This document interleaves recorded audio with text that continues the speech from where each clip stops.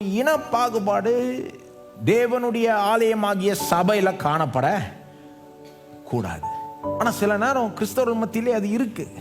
நாம மறந்துடக்கூடாது, நாமளே புறஜாதிகள் தான். நாம மாம்சத்தில் யூதர்களா? நாம எல்லாருமே தூரமா இருந்தவர்கள். அதுதான் பவுல் சொல்றாரு பாருங்க. பவுல் சொல்றாரு, நீங்க யாரும் மறந்துடாதீங்கன்றாரு.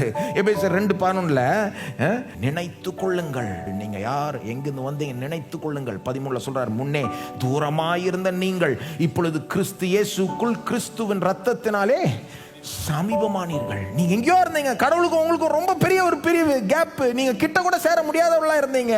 எப்படி கிட்ட வந்தீங்க? நீங்க ஏதோ பெரிய சுப்பீரியரா இருக்கிறதுனால இல்ல, நீங்க இயேசுடைய ரத்தத்தினால, எல்லாம் சொல்லுங்க, கிறிஸ்துவின் ரத்தத்தினாலே சமீபமானீர்கள். இப்படிதான் எல்லாருமே சமீபமா வராங்க. இதுல நமக்கு பெருமை பாராட்டுறதுக்கு ஒண்ணுமே இல்லை, அவருடைய கிருபை. அப்போ இதை மறக்க கூடாது.